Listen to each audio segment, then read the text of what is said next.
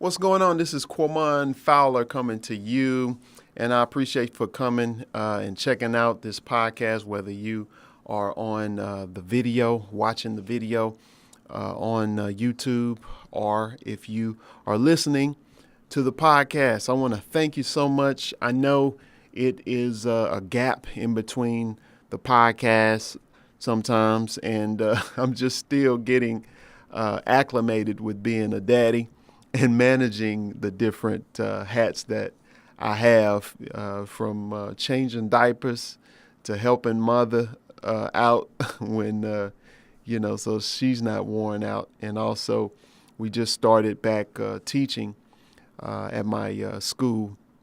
So just trying to get all my students' schedules down packed, and got to get the music together for what they're going to work on, and audition people, and also, doing some session work here, and preparing for some stuff from gigs and all of that. So it's a lot of different things to get caught up in, but it's exciting. It's definitely an exciting time. And also, I was just thinking, this past weekend or this past week, we definitely want to keep the people in Houston in our prayers. A lot of my friends and family are okay who I talk to who live there. But and thanks also to a lot of friends that I have who are from different parts of the country. They were thinking that I was affected, our family was affected by the Hurricane Harvey. But thankfully, our family is okay, is doing pretty good. But definitely want to pray for those people who, lost loved ones. And, our condolences do go out to those people and in the Houston area. But, with that, the other day, it was something because it was one day it was hard for us to find gas. And some people were sharing rumors that a lot of the reserves are there in Houston, so the trucks couldn't get in and out to bring gas here. But it was a big scare of people. A lot of people were in panic here in the DFW area because a lot of gas stations didn't have gas. So, but we were cool. We just waited a day and got gas the next morning.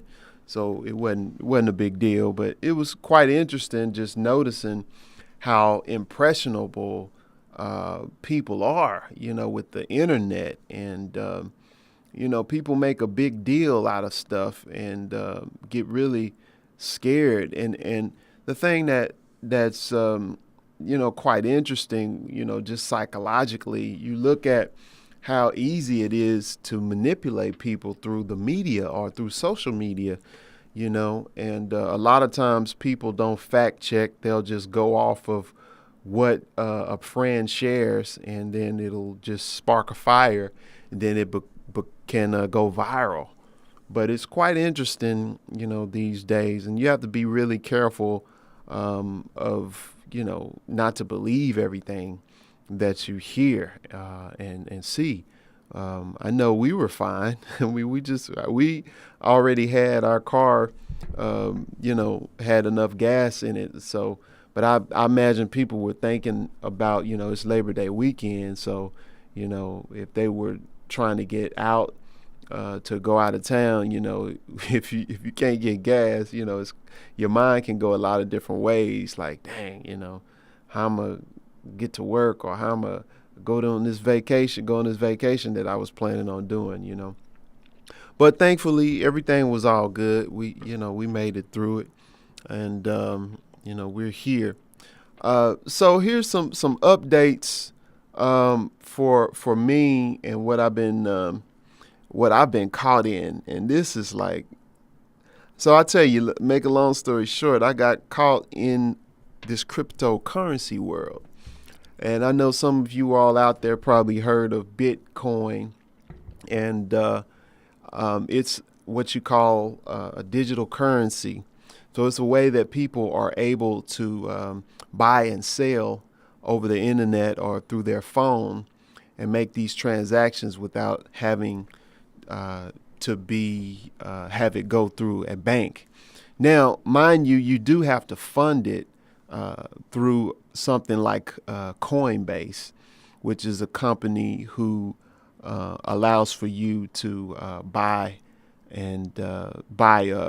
Bitcoin, Ethereum, and Litecoin. So I actually got into this through a cousin of mine, who's a programmer. He told me about it a few weeks ago, almost a month ago now, or maybe over a month. But he told me about it, and when I took a look at Bitcoin, I got this app, the Coinbase app, and I looked in there, and Bitcoin at the time was like $2,400. And now, look here, I have the app right here on my phone that tells me. So yeah, it's $45.79. That's how much Bitcoin is worth at this particular time. And then Ethereum is another type of digital currency. It's $347. And then Litecoin is like $77. So at the time when I looked at it, the Bitcoin was like $2,400, and then the Ethereum was like $280 or something like that, and then Litecoin at the time was like 37. And so Bitcoin and then Litecoin has doubled. So what does that mean? So I started researching, and I got on YouTube looking this stuff up, learning about how they find the currency from mining, and also looking at all of the other what they call altcoins come about, how they come about, because people can create their own currency off of a Bitcoin or a spin off of Ethereum. So, and I even found out how to create your own currency. And so I'm looking into all of that, and it's been pretty fascinating. It's like over 800 something more currencies, and these companies are sometimes they're not even companies, just individuals or people just who find out how to create a currency, and then they'll put it in the market and really try to promote it and everything to get a lot of people to buy into it. And that's how you'll get those coins that'll go up real high, and then they might take a nose dive, and you really don't hear from them anymore. So it's quite interesting, because you can really, if you play your cards right, you can really make a lot of money in a day, in a few hours, or a few couple of minutes, just from trading on this trading coins, And so I've been listening to different YouTube channels, and people giving information on there and learning about the different platforms that you can trade on, from GDAX, which is one that Coinbase, same company, owns and manages. So that's the exchange. So you can go on there and really exchange, trade Bitcoin, Litecoin, and Ethereum through GDAX. And they have others like Kraken, and they have Bittrex. And so I just got into all of this stuff and start playing around with it, and I've been hooked. I've been hooked on it. I got hooked on it. So it's pretty fascinating. And so that's what I've been doing here lately. And but I know I need to continue to create videos, and so and podcasts too.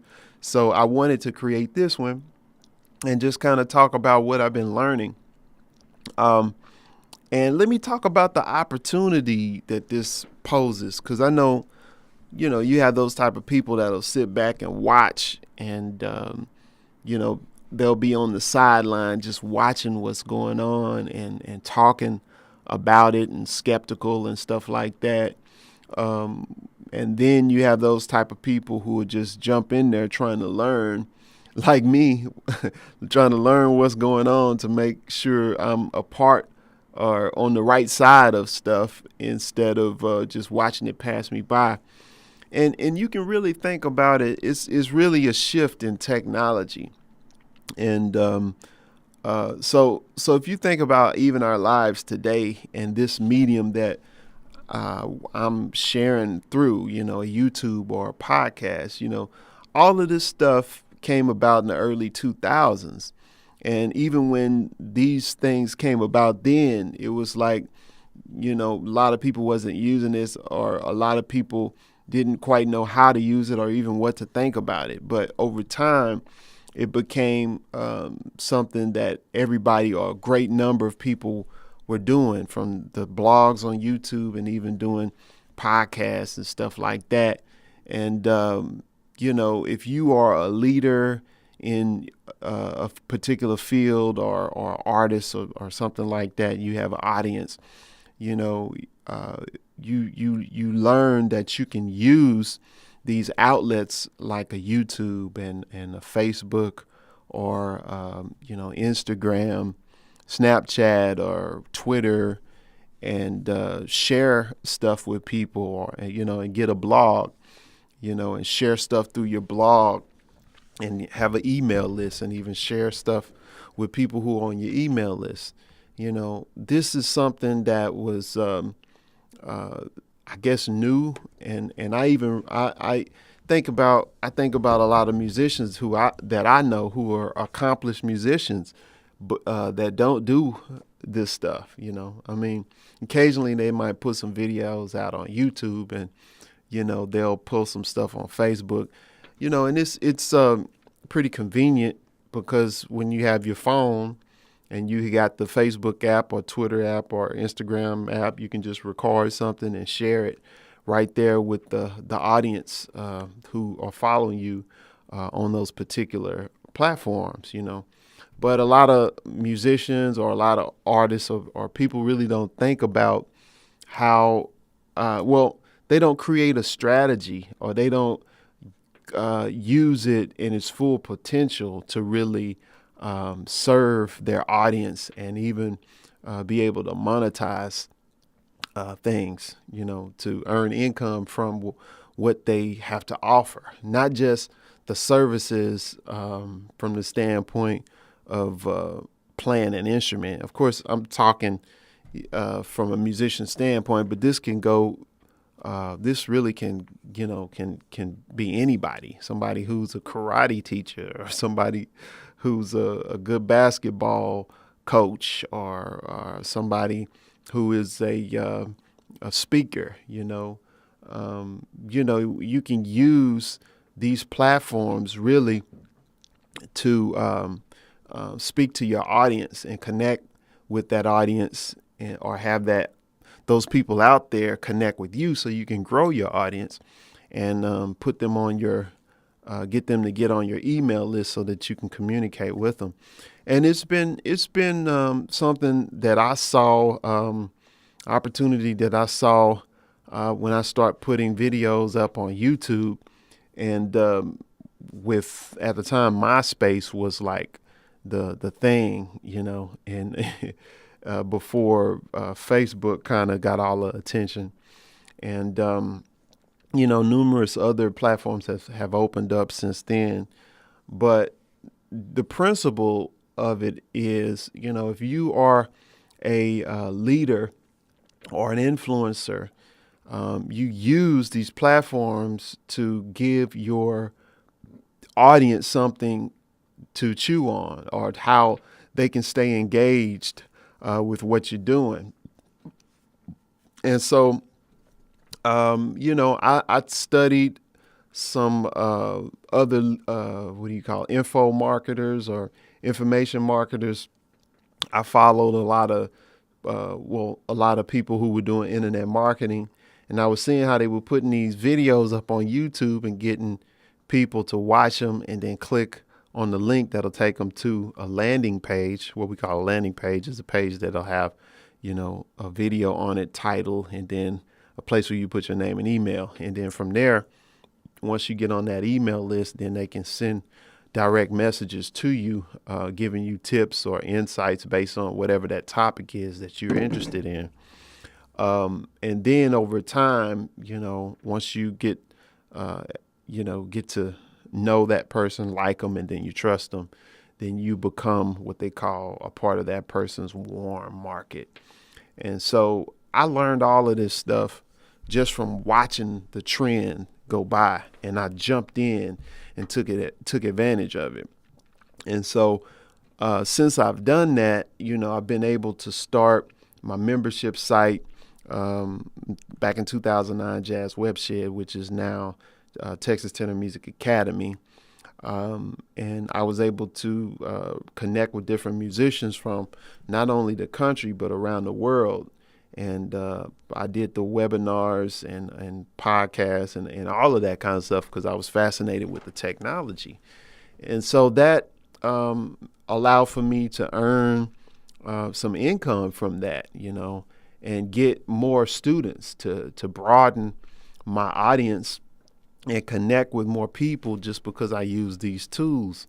And even, get gigs and stuff like that, And so I thought it was great. I thought it was fascinating. And the thing about it, it's like once those ideas or actually those opportunities present themselves, more ideas spring off of those. It's like you have exponential growth when you put up the YouTube channel and you start putting videos up. You discover or you try different things, and you never know from what you try what's going to stick or what's going to really take off.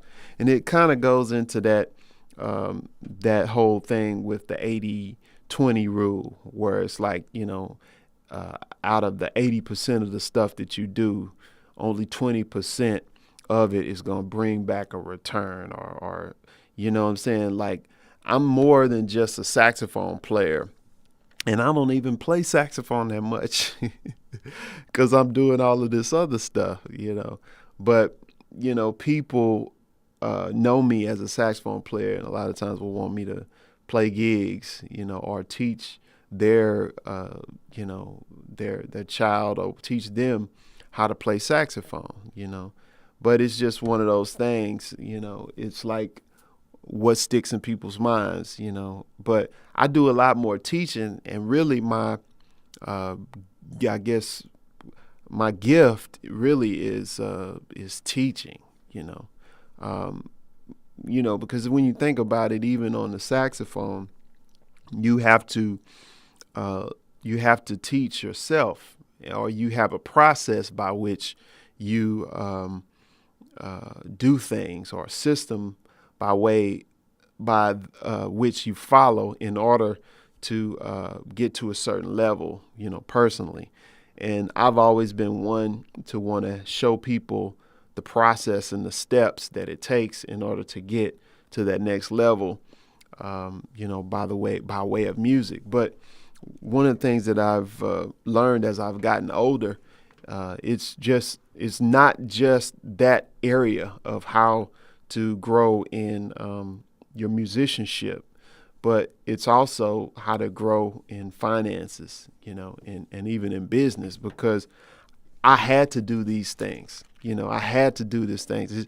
It just came with the territory. Whenever you are an influencer, you have to think about getting organized. You start by offering a service, or you have a service that you offer, and then you got to deal with scheduling. You got to deal with organizing what you're going to teach and how you're going to deliver it. You have to organize what you do. So that's the manager position. And then you also are visionary. You are the CEO. You're the one who sees the direction that you want to go in. And, you have to work all of those things into your business. And so it's like by default, as an influencer or a leader, you have to be a manager. You have to be a technician first, because you got to do the work that you specialize in, but you got to manage the work that you do. Then you have to give the direction of where you want to go with what you're doing. And so those are three different hats. And so you have to figure out how to put in systems to where you don't have to do the work that doesn't bring you the most value for your time. And it's like you evolve into who you need to be because of the demand of you. It's like the more I get more people who are exposed to what I have to offer, then the more I have to put modules or of procedures in place so that I can keep the rotation happening. You know what I'm saying? So if somebody comes to me who wants to buy some music from me, I had to get a website. If people want to buy sheet music, I'm working on putting my sheet music back up. So it's like really I learn from the requests that I get from the people who discover me through the internet or by word of mouth, offline or whatever. And that's why I created a lot of the things that I've created, from the YouTube channel to my website to having, doing Skype lessons and also, providing gig services and having a membership site. You get organized because even when you have people that ask you the same questions over and over, it'd be best for you to create something, a course or something that you can just refer them to that will take them from A to Z, because you get that question all the time. You know what I'm saying? So it's just one of those things that comes with the territory, and when you're an influencer and when you're a leader.